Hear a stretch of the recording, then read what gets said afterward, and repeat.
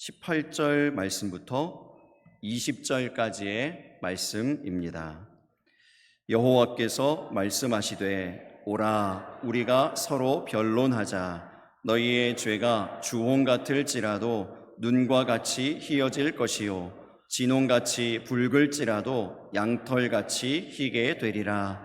너희가 즐겨 순종하면 땅의 아름다운 소산을 먹을 것이요 너희가 거절하여 배반하면 칼에 삼켜지리라. 여호와의 입의 말씀이니라. 아멘. 자리에 앉으시기 바랍니다. 옆에 계신 분들과 인사하겠습니다. 하나님의 환대를 경험하는 하루 되세요.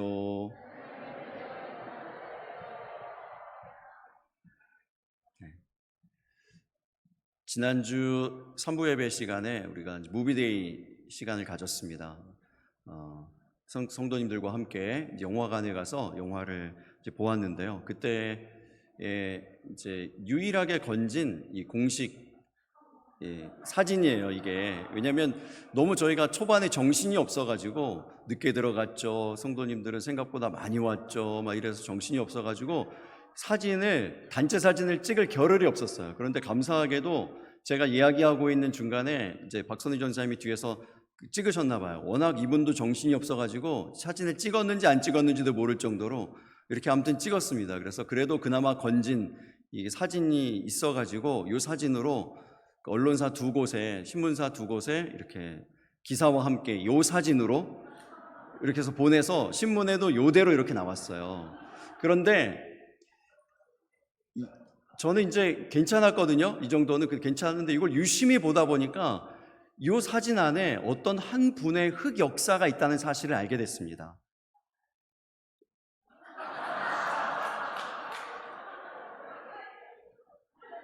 네, 빨리 내려주시고요. 네. 그래서 이제 이 사진을 고를 때 이걸 발견하고 이거를 쓸까 말까 고민을 했는데 그래도 그나마 이제 마음 넓게 이해해 주실 것이다. 이분은 그래도 그렇게 생각을 하고 이렇게 사진을 이렇게 만들었습니다. 제 생각이 맞나요? 아니. 네. 누구나 지우고 싶은 흑역사가 있습니다. 개인적으로도 그렇지만 나라의 역사를 보아도 그래요. 유다라고 하는 나라는 하나님을 믿는 백성들이 모여서 세운 나라죠. 하나님을 잘 믿는 이 사람들이 유다라고 하는 그 나라를 이제 만들어서 역사를 이어가는데 이 역사 가운데 전쟁이 많이 일어나요. 그러니까 하나님을 잘 믿는데 하나님을 믿는 백성들이 모여 있는 나라인데 전쟁이 일어납니다.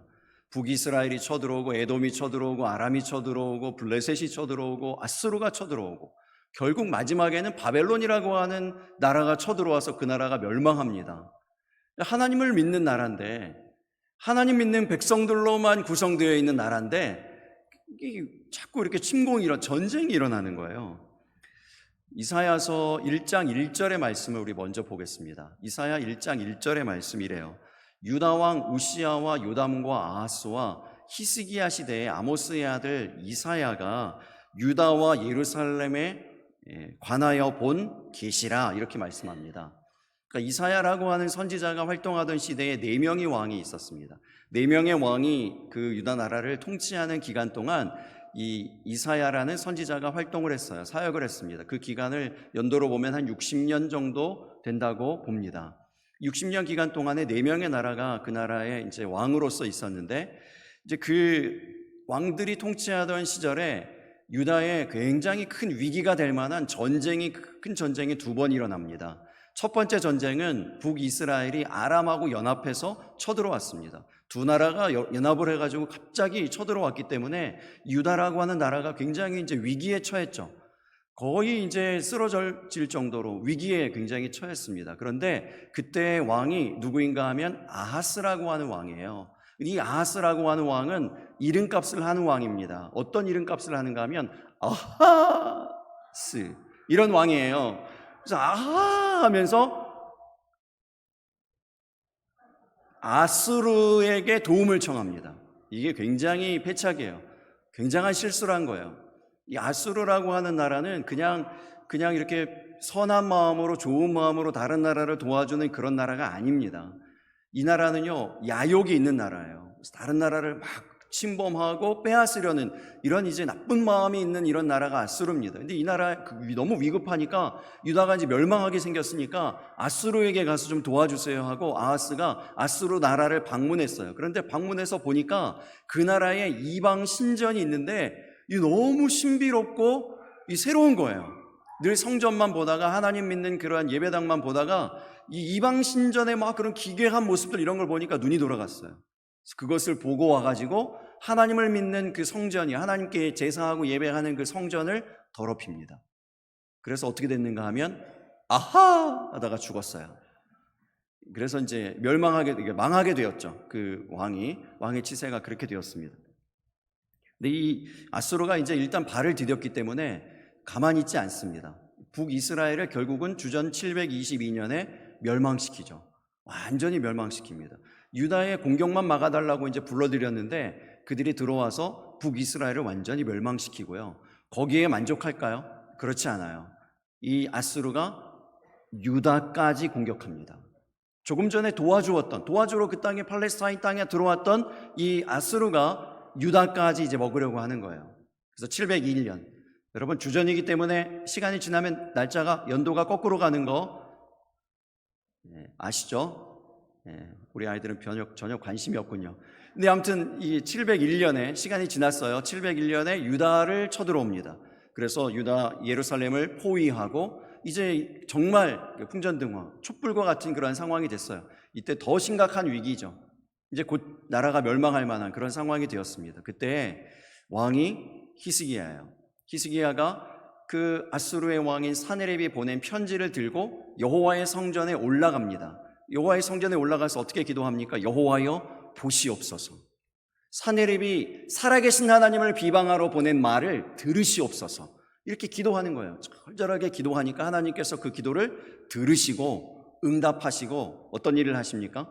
여호와의 사자를 보내셔서 아수르의 18만 5천 군사를 하룻밤에 송장으로 만들어 버립니다. 전쟁에서는 이겼습니다. 두 번의 큰 전쟁을 치렀지만 결국은 그래도 나라라고 하는 이 명맥 유다 나라를 이제 지켜냈어요. 그런데 생각해 보세요. 전쟁이 두 번이나 큰 전쟁이 일어났잖아요. 일상생활을 하는 그러한 이 백성들의 실상은 어떨까요? 생활은 어떨까요? 완전히 폐허가 되었던 거죠. 이제 그 모습이 이제 6절부터 8절까지 나옵니다. 이사야 1장 6절부터 8절까지를 보면요. 먼저 이제 6절을 보면은 발바닥에서부터 머리까지 성한 곳이 없었다 그렇게 얘기했어요. 사람의 모습으로 비유해서 얘기한 겁니다. 그 나라의 모습을. 발바닥에서부터 머리까지 성한 곳이 없답니다.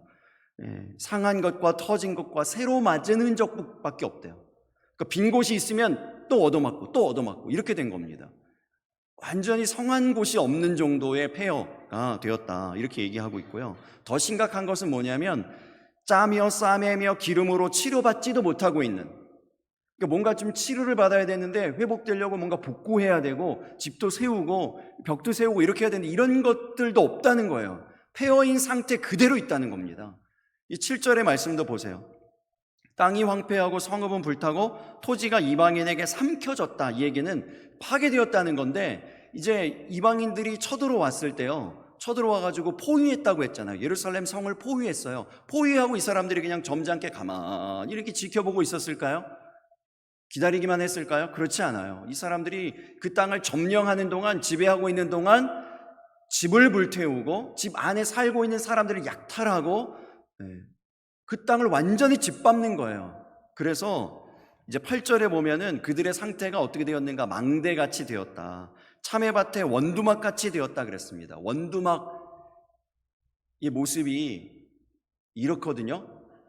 지붕이 있고 바닥은 있는데 뻥 뚫렸습니다. 이 원두막에서 지내고 있는 거예요, 이 사람들이. 벽이 없고 담이 없고 아무런 보호막이 없어요. 이렇게 이제 그 참외밭의 원두막처럼 되어진 이 모습이 이제 유다 나라의 지금 모습인 거예요. 그래서 8절의 마지막에 보면은 뭐라고 되어 있는가 하면 겨우 남았도다 이렇게 얘기해요. 겨우 남게 되어진, 겨우 그냥 뼈대만 기둥만 지붕만 겨우 남게 되어진 이러한 이 정말 초라한 모습, 처참하고 끔찍한 모습이 유다 나라의 지금 현재 모습인 거예요. 그 나라의 현재 모습입니다. 유다 나라로서는 참으로 부끄러운 흑역사라고 할 수 있습니다. 하나님 믿는 백성의 나라 유다, 어떻게 이렇게 되었을까요? 하나님을 믿는데요, 하나님께서 왜 보호하시지 않고 왜 이렇게 이 처참한 꼴을 당하게 하셨을까요? 10절부터 이유가 나옵니다. 10절의 이유 나오는데 우리 함께 같이 읽어보겠습니다. 시작. 너희 소돔의 관원들아, 여호와의 말씀을 들을지어다. 너희 고모라의 백성아, 우리 하나님의 법에 귀를 기울일지어다. 여러분, 이 말씀을 보니까 이 백성들이, 유다 백성들이 뭘 잘못한 것으로 보입니까? 여호와의 말씀을 들을지어다, 하나님의 법에 귀를 기울일지어다, 이렇게 얘기했잖아요. 그러니까 그들이 하나님의 말씀을 듣지 않은 겁니다. 하나님의 법에 귀를 기울이지 않는 겁니다. 하나님의 법대로 하지 않은 것입니다. 하나님의 법을 따라 순종하지 않은 것을 얘기하는 것이죠. 그래서 이제 그 다음부터 나오는 11절부터 15절까지의 말씀, 이 말씀들이 이제 이유가 연결되어지고 있는 계속된 그 이유들의 말씀인데, 이 말씀들을 이렇게 쭉 보면요, 우리가 같이 보진 않을 겁니다. 시간 관계상 다 읽지는 않을 건데요, 여러분 11절부터 15절의 말씀들을 쭉 보면 요점이 뭐냐면 이들이 예배를 드렸다입니다. 번제를 드리고 성회를 지키고 안식일을 지키고 월삭을 지키고 또 제물을 잘 드리고요, 법대로 잘 지켰어요. 그리고 기도도 많이 했답니다. 기도도 많이 했어요. 모든 것을 법대로 다 잘 지켰습니다. 오늘 우리가 이렇게 아이들이 많이 서가지고 찬양하고 이러니까 너무 보기 좋잖아요. 너무 은혜가 되지 않습니까? 이 사람들에게 있는 다윗 시대의 기준으로 얘기하면 이 사람들에게 서 있는 찬양대는요 4,000명입니다. 찬양대만 4,000명이 찬양을 하는 그 예배를 생각해 보세요. 얼마나 웅장하고 그 소리만 들어도 막 가슴이 울리고 마음이 울리고, 그러한 예배를 드리고 있다고요. 번제를 드리고 있다고요. 월삭을 철저히 지키고 성회를 지키고 절기를 지키고 예물을 잘 드리고요. 그리고 열심으로 그들이 모여서 기도하고 있다고요. 많이 기도했다고 했어요. 그런데 하나님의 반응은요, 내가 그것을 받기 싫다 하십니다. 내가 견디기가 어렵다, 이렇게 얘기하십니다. 그런 예배의 반응이에요. 예배의 반응이요, 하나님이 견딜 수가 없대요. 너무 싫어서. 그리고 많이 기도하는데도 응답 안 하시겠다고 딱 잘라 얘기하십니다. 나는 너의 기도 응답 안 하겠다, 이렇게 얘기하시는 거예요. 원인이 이거라고 말씀드렸어요. 이유가 이것이라고 말씀드렸습니다. 여러분, 여기서 한 가지 우리가 주목해야 될 사실이 있습니다. 예배에 문제가 있을 때 그 예배의 문제가 어디로 연결됩니까? 우리의 삶의 문제로 연결되는 거예요. 전쟁이 일어나고 이 땅이 폐허가 되고 성읍이 불타고, 이러한 문제의 원인이 어디에 있는가? 예배에 있다는 것입니다. 하나님이 그 예배를 기뻐하지 않으세요. 하나님이 그 예배를 싫어하십니다. 예배를 견딜 수 없다고 얘기하세요. 기도에 응답하지 않으신다 그럽니다. 근데 그러한 예배가, 이 성읍이 불타는 일들이요, 원두막같이 되어지는 이런 일이 된다는 거예요. 여러분, 이것을 꼭 기억하실 수 있기를 예수님 이름으로 축복합니다. 우리의 삶에 어떤 문제가 있으면 무엇으로 점검하는가 하면요, 예배로 점검하는 거예요. 나의 예배가 하나님께 영광되고 기쁨이 되고 있는가, 내가 하나님과의 관계가 제대로 되어 있는가, 이렇게 점검하는 것, 이것이 바른 신앙입니다. 이게 하나님의 말씀이에요. 왜 이런 삶에 문제가 있는가? 하나님께서 왜 이런 매를 드셨는가? 하나님의 매는요, 약속된 것이거든요. 다윗의 왕조가 이제 솔로몬으로 넘어갈 때 하나님께서 그 약속을 분명히 하셨잖아요. 뭔가 잘못 행하면 하나님께서 인생의 매와 사람의 채찍으로 징계하실 것이라고, 다루실 것이라고요. 그래서 하나님께서 매를 드신 거예요. 아수르라고 하는 매를 드시고 블레셋이라고 하는 매를 드시고 아람, 에돔, 북이스라엘, 이런 매를 드시는 거예요. 매를 들어서 치시는 거, 징계하시는 거죠. 징계하시는 거예요. 근데 이 징계의 원인이, 이유가 어디에 있다고요? 예배에 있다는 겁니다. 예배가 뭔가 문제가 있어요. 심각한 예배에 문제가 있습니다. 어떤 문제가 있을까요? 도대체 어떤 문제가 있길래 하나님께서 이렇게 큰 매를 드셔서 이 나라 전체를 이렇게 초토화시키고 폐허로 만드셨을까요? 일단 첫 번째로 우리가 기억해야 되는 거 있다고 했죠. 예배가 중요하다고요. 하나님께서 예배를 그렇게 중요하게 여기시고 심각하게 여기셔서 예배가 제대로 되어 있지 않으니 매를 드시는 거예요. 여러분, 이것을 첫 번째 기억해야 되고요. 그러면 도대체 이 예배에 어떤 문제가 있길래, 어떤 결정적인 결함이 있었길래 하나님께서 이렇게 그토록 싫어하신다고 하고 견딜 수 없다고 하고 또 내가 기도 안 받겠다고 하고 안 들어주시겠다고 이럴까요? 바라고 원하기는 우리가 드리는 이 모든 예배가 하나님께 기쁨되고 영광되기를 예수님 이름으로 축복합니다. 여러분, 이 시간 예배하면서 우리 예배를 점검해 보았으면 좋겠습니다. 우리 예배는 정말 하나님께 기쁨되는 예배입니까? 하나님께서 혹시 싫어하시는 예배는 아닐까요? 하나님, 내가 견딜 수가 없다. 너희들의 예배를 내가 견딜 수가 없다. 이렇게 여기시는 예배는 혹시 아니겠습니까? 여러분, 한번 점검해 보셨으면 좋겠어요. 유다 백성들에게 있는 그 예배의 결정적인 문제요. 문제. 그 문제가 어디 나오는가 하면 바로 오늘 우리가 함께 읽은 본문 이사야 1장 18절에 있습니다. 이사야 1장 18절 말씀 우리 같이 다시 한번 읽어보겠습니다. 시작. 여호와께서 말씀하시되 오라 우리가 서로 변론하자.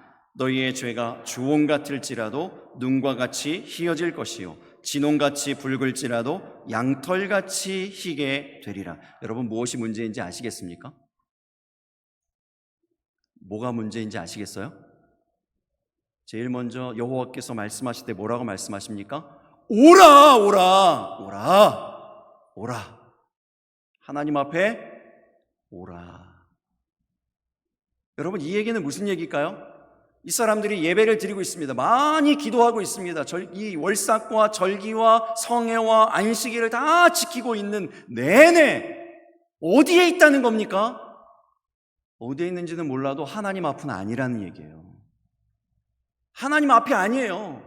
그들의 예배 하나님이 없어요. 결정적으로 하나님이 없으니, 하나님 앞이 아니니 하나님이 받으실 수 없습니다.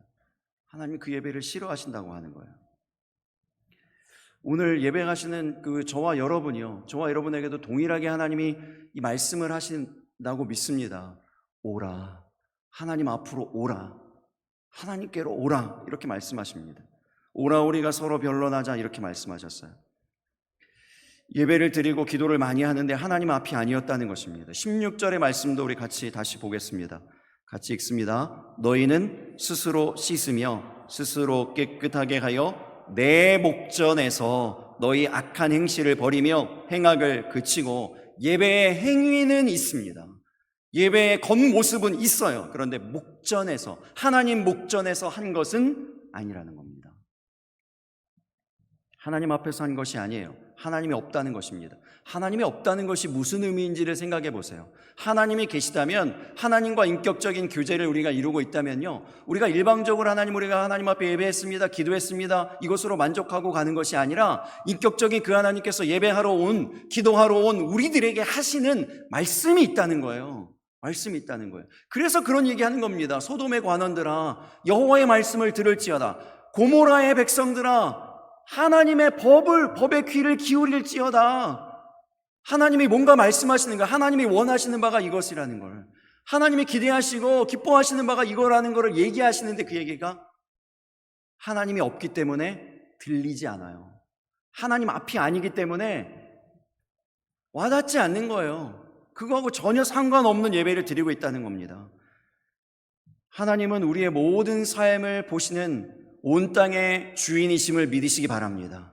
모든 천하 만물을 다 지으셨잖아요. 그래서 다 보시는 거예요. 모든 것을 다 보십니다. 그래서 학교에서 우리가 어떻게 지내는지, 집에서 어떻게 보내는지, 예배 이외의 모든 삶을 하나님께서 다 보십니다.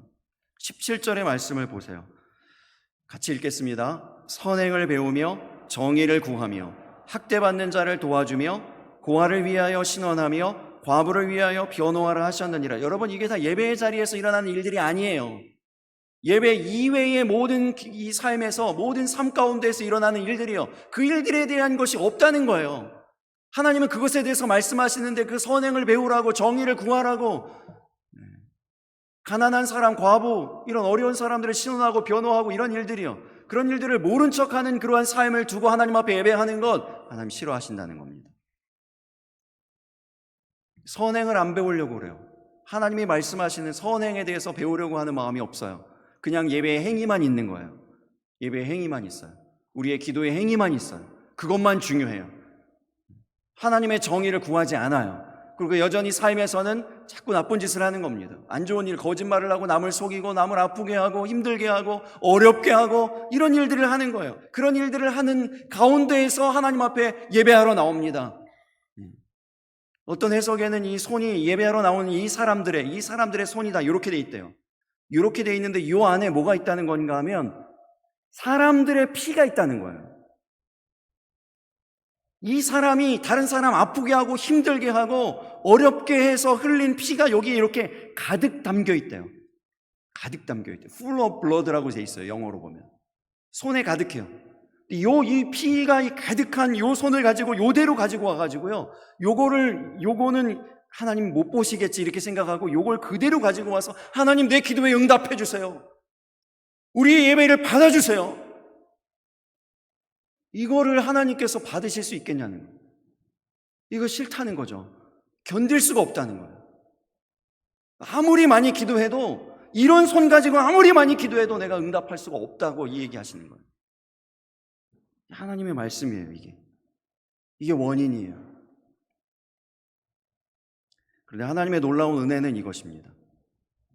하나님이 감정적으로는 싫으시고요, 견디기가 어렵고요, 기도 응답 안 해주고 싶으시고 이런데 그럼에도 불구하고 오늘 본문에 보면 뭐라고 얘기하십니까? 오라, 오라, 나에게 오라, 오라고 하시는 거예요. 우리를 부르시는 겁니다. 더 놀라운 사실은 뭐냐면 오라, 그 다음 뭐라고 얘기하십니까? 우리가 서로 변론하자. 변론은 법정 용어예요. 법정에 사용하는 용어입니다. 법정 용어 중에서도 변론은 어디에서 사용하는가 하면 서로 동등하고 대등한 입장에서 사용되어지는 용어라는 거예요. 하나님의 위치는 본래 어디입니까? 가장 높은 곳, 재판정의 가장 높은 곳에 앉으셔서 거기서 너는 끝! 너는 아웃이야 이제! 라고 꽝꽝꽝 판결을 내리실 수 있는 그 자리에 계실 수 있는 하나님께서요, 그 자리, 그 신분, 그 위치를 다 버리고 우리의 자리로 내려오셔서, 우리가 있는 그 자리에 내려오셔서 우리와 대등하고 동등한 위치에서 우리 얘기를 들으시겠다는 거예요. 그래, 얘기해봐라 한번. 왜 그렇게 하나님의 법을 떠나고 하나님 말씀을 듣지 않는지, 너에게 무슨 문제가 있는지 내가 듣겠다는 겁니다. 귀 기울여 들으시겠다는 거예요. 마음껏 얘기해보라고. 그리고 나도 나의 얘기를 하겠다고 얘기하시는 거죠. 이 변론하겠다는 얘기십니다. 우리가 하나님의 이 오라라고 하는 부르심에 순종할 때 주어지는 두 가지의 은혜가 있습니다. 첫 번째는 존재가 변화가 되는 거예요. 존재의 변화입니다. 그 18절의 나머지 부분들을 보면 이렇게 되어 있습니다. 너희의 죄가 주홍 같을지라도 눈과 같이 희어질 것이요 진홍같이 붉을지라도 양털같이 희게 되리라. 여기서 나오는 눈과 양털은 본질적으로 흰 것을 상징합니다. 그래서 이것이 의미하는 바는 우리가 붉은 옷을 빨래할 때 락스 잘못 넣어가지고 하얗게 되는 것, 이런 얘기를 하는 게 아니에요. 붉은 옷이 벗겨지고 하얀 옷이 입혀지는 그러한 상태를 얘기하는 겁니다. 그래서 여러분들이 이제 이런 일들은 예상을 했어요. 우리 아이들이 전혀 집중을 못하고, 그래서 요거 한 가지라도 우리 온세대 통합 예배에서 듣고 기억하고 가면 좋겠다라고 생각해서 특별히 준비한 이 책의 이름은 글 없는 책입니다. 글이 하나도 없어요. 딱 요 색깔만 있습니다. 그래서 이제 이 책을 딱 펴면 제일 먼저 어떤 색깔이 나옵니까? 네, 검은색이 나오죠? 검은색이 나와요. 이 검은색이 뭐죠? 우리의 흑역사예요. 네, 우리가 이제 하나님께서 우리를 부르시고 택하실 때, 하나님 앞에 나왔을 때, 처음 나왔을 때 상태가 바로 이 상태예요. 이런 이제 그 까만 우리를 하나님께서 오라 부르시는 거죠. 어떠한 죄가 있든지 그래도 오라, 내 앞으로 오라 부르시는 거예요. 근데 부르셔서 이제 어떻게 됩니까? 우리가 아직 죄인 되었을 때 그리스도께서 우리를 위하여 죽으심으로 하나님께서 자기에 대한 우리의 사랑을 입증하셨다고 했어요. 십자가에 달려 돌아가시죠. 피 흘려 돌아가세요. 이게 예수 그리스도의 보혈의 피를 상징하는 피예요. 그런데 이제 이거 많이 말씀드리죠. 우리의 지은 이 까만 죄만큼 사이즈가 똑같아요. 그만큼 예수께서 십자가에 달려 또 그 값지불을 하신 거예요. 이게 은혜라고요. 이게 우리가 지은 죄를 그대로 값지불을 하신 거예요. 이렇게 해서 우리가 이제 어떻게 되었습니까? 하얗게 된 거예요. 까맸었는데 하얗게 된 겁니다. 하얀 옷을 입게 되어진 거예요. 이렇게 된 거예요. 자, 이제 하얀색이죠. 하얀색 다음에 그러면 여기서 끝나는 걸까요? 복음이 여기서 끝입니까? 그 다음 뭐가 있죠? 이게 뭘까요? 이게 상징하는 바가 뭘까요? 예? 하나님 나라예요. 하나님 나라예요. 황금색. 알았어. 황금색인 거 알아. 그래. 황금색. 하나님 나라 상징하는 거예요. 하나님 나라의 백성으로서 영광스러운 삶을 살아가게 된다는 것이죠. 할렐루야. 네, 그런 삶을 살고 계십니까? 네. 이런 이 영광스러운 삶을 살아가게 된다. 이것까지 이제 복음 안에 포함되어 있는 거예요. 하얀색뿐만 아니라 이 영광스러운 하나님 나라의 백성으로서 이렇게 찬란하게 빛나는 삶을 살아가게 된다. 그런데 여기서 끝이 아니에요. 여러분, 제가 정말 강조해서 말씀드리고 싶은 것은 그 다음에 있어요. 그 다음에 나오는 색깔이 있는데 이 색깔은 무슨 색깔이에요? 그래요. 초록색. 그래, 초록색. 똑똑하다, 정말. 어떻게 알았니? 초록색이 상징하는 거는 뭐냐면요. 생명이에요, 생명. 혹은 성장이에요, 성장. 이게 여호와의 동산을 상징한다고 얘기해요. 우리가 다 세상 가운데 있다가 주의 복음을 듣고 구원을 받아서 예수 그리스도의 그 보혈의 피로, 그 붉은 피로 우리가 깨끗하게 되어져서 거기서 끝나는 것이 아니라 영광스러운 하나님의 나라를 살 뿐만 아니라 그 다음에 어디로 우리의 삶이 옮겨졌는가 하면 여호와의 동산, 생명이 넘치는 곳, 무한히 성장하는 곳, 그곳으로 옮겨졌다는 사실, 여기까지가 복음이라는 거예요. 그래서 여러분, 우리가 계속 성장해야 돼요. 흰옷 입었다고 거기서 끝이 아니에요.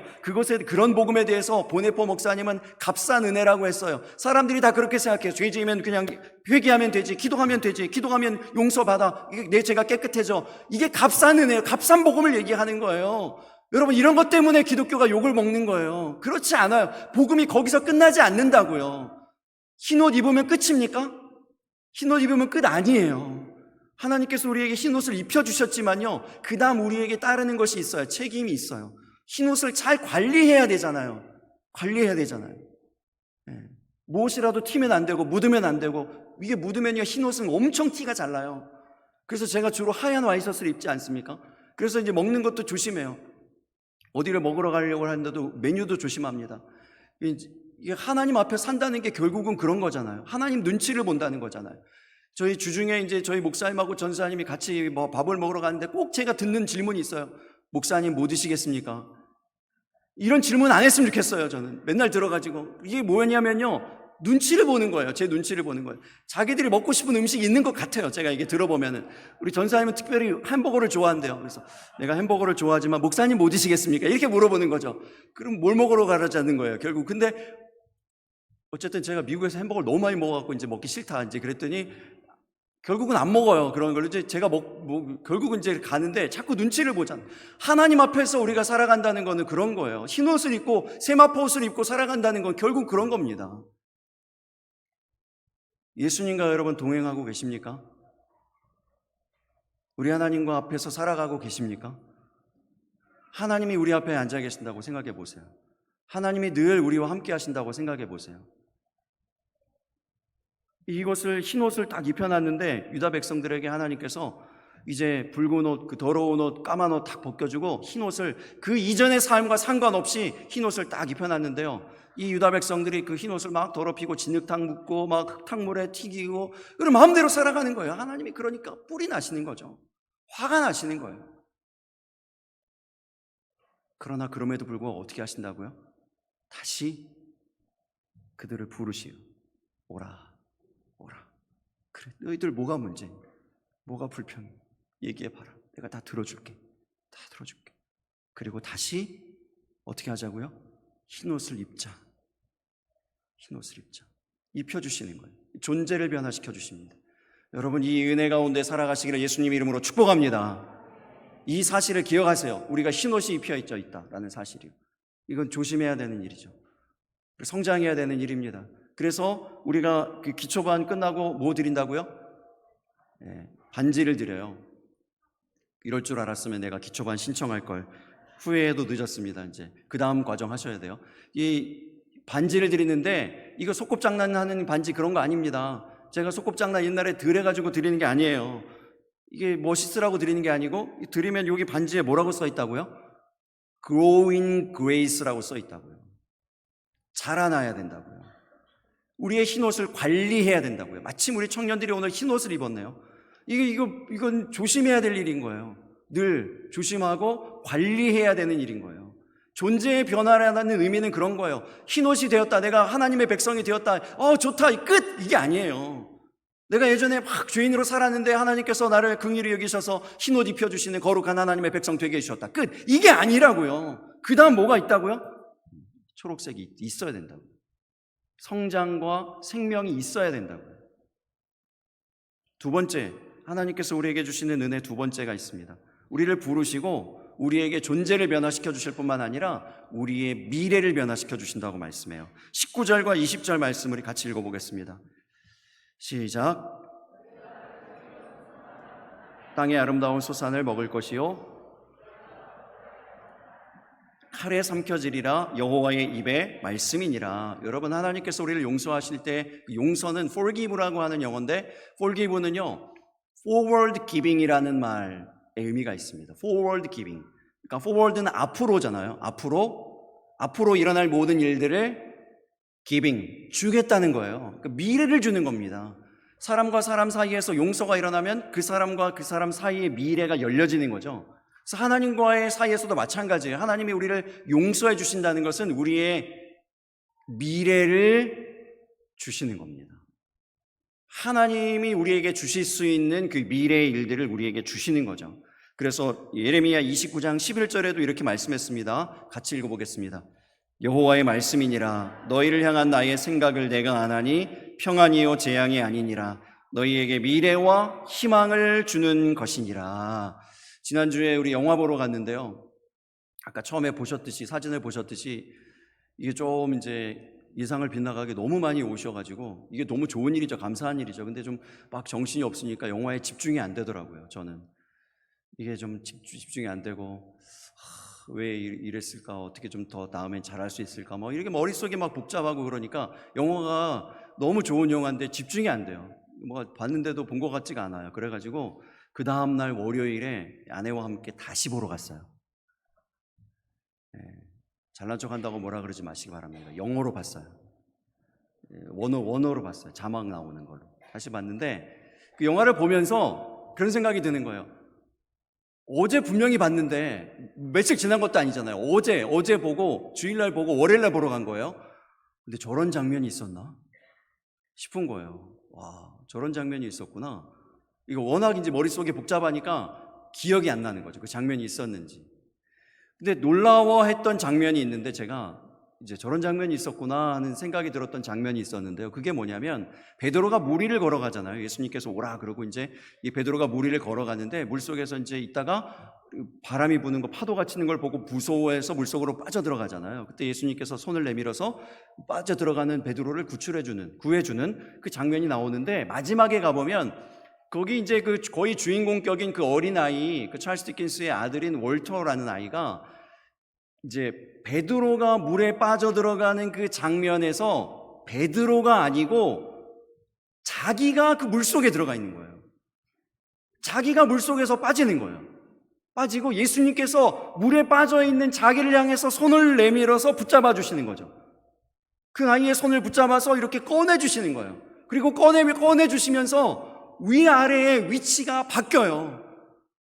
바뀌어서 이 월터라는 이 아이를 물 밖으로 예수님이 내보내시고 예수님은 물속에 빠지시는 거예요. 그리고 나서 연결되는 장면이 뭐냐면, 이 월터라는 아이가 십자가 앞에서 누가 시키지도 않았는데, 누가 얘기도 안 해줬는데, 가르쳐 주신 사람이 없는데 그 십자가 앞에서 무릎을 꿇고 손을 모으고 눈물을 흘려요. 이 얘기가 무슨 얘기인가 하면, 이 물에 빠져 있는 자기를 예수님께서 오셔서 붙잡아 주시고 건져 주시고 대신해서 물속에 예수님이 빠지신 그 일로 십자가를 이해했어요. 그것이 십자가 사건이구나. 이해하고 십자가 앞에 자발적으로 스스로 무릎을 꿇고 손을 모으고 눈물을 흘리며 기도하는 거예요. 제가 그것을 보면서 무릎을 쳤어요. 우리 아이들일지라도, 정말 우리 작은 그 월터와 같이 정말 작은 아이들일지라도 십자가를 제대로 대면하면, 십자가 앞에 제대로 서기만 하면 무릎을 꿇고 손을 모으고 눈물 흘리며 기도할 수 있겠구나, 그런 생각을 했어요. 여름이 되면은 학교들마다 방학을 하잖아요. 근데 교회 학교는 정말 중요한 시기를 맞이합니다. 이 여름 방학의 이 시간 동안 이제 정말 집중해서 우리가 교육해야 될 것이 있는데, 어떤 것을 교육해야 될까요? 앞에 말씀드렸듯이 하나님이 온 땅의 주인이라는 것을 집중적으로 교육해야 될 줄로 믿습니다. 우리의 삶이 예배와 연결되어 있다는 사실이요, 하나님과의 관계가 우리의 모든 삶에 영향을 미친다는 거예요. 하나님께서 우리의 모든 삶을 다 지켜보고 계신다는 것이요, 이것을 가르치는 교육이 이루어져야 돼요. 그럼에도 불구하고 죄인된 우리를 위하여서 십자가 달려 돌아가셨음을 이해하는, 그래서 십자가 앞에 무릎을 꿇는 그 교육이 이루어져야 됩니다. 이 일들을 위해서 우리 어른된, 부모된 여러분들 함께 기도해 주실 수 있기를 부탁드립니다.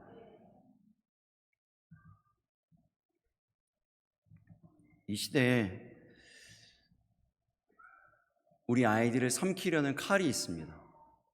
즐겨 순종하면 땅의 아름다운 소산을 먹게 될 것이지만 거절하여 배반하면 칼에 삼켜질 것이라고 했어요. 유다 백성들에게 있어서의 칼은 아수르고 바벨론이고 또 블레셋이고 아람이고 에돔일 수 있지만, 지금 이 시대의 우리 아이들의 칼은 뭘까요? 우리들을 위협하고 있는 칼은 뭘까요? 젠더 이슈, 기후위기, 저출생, AI, 게임과 영상에서 나오는 수많은 비도덕적인 것들, 폭력적인 것들, 이런 것들이 무시무시한 칼입니다. 제가 이제 이번 주간에 주문해서 보려고 하는 책이 있는데, 책 제목이 이렇게 돼 있어요. 넷플릭스가 삼켜버린 기독교. 넷플릭스가 기독교를 삼켜버리고 있대요. 이 거대한 무시무시한 칼이 휘둘러지고 있는 겁니다. 여러분, 이 세상의 가치에는 용서가 없어요.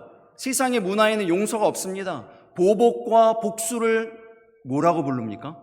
사이다라고 얘기해요. 그리고 그 제목을 이렇게 붙여요. 글로리. 이 시대의 사람들이 미투는 아는데 하나님의 용서를 몰라요. 하나님의 용서가 무엇인지를 몰라요. 하나님이 말씀하시는 선행을 배워야 된다고 그래서 말씀하시는 거예요. 선행을 배우며 공의를 구하며 정의를 구하며 이 얘기를 하시는 거예요. 스스로 깨우치고 나의 악행이 무엇인지, 내가 하나님을 따라가지 않고 세상을 따라가는 것이 무엇인지, 이런 것을 하나님 앞에 대면해서 십자가 앞에 맞부딪혀서 깨달으면서 하나님이 내게 요구하시는 바, 그렇게 바르게 행하는 것을 요구하시는 그 말씀을 들으며 하나님의 법을 배우며 예배하는 것, 하나님이 원하십니다.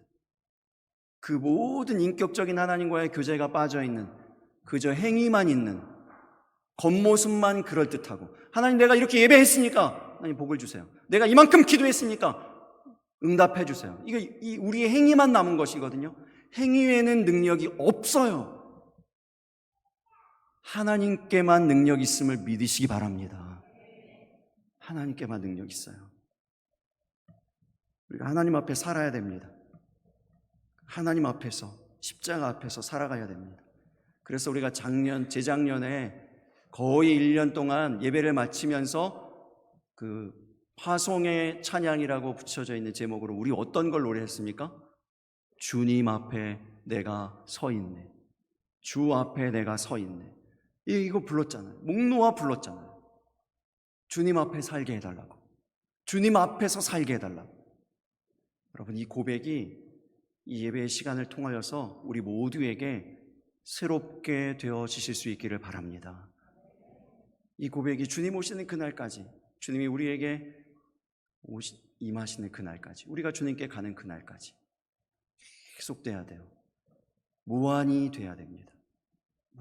무한히 이 초록색의 생명력을 가지고 무한하게 내가 하나님 앞에 살고 있음을 고백하고 어떠한 자리에서든지 하나님을 경외하는 그 마음으로 살아내므로 우리의 드리는 이 모든 예배가 하나님이 싫어 버림받는 것이 아니고 하나님께서 정말로 귀하게 여기시고 기뻐 영광 받으시는 그러한 거룩한 예배가 되기를 예수님 이름으로 축복합니다. 함께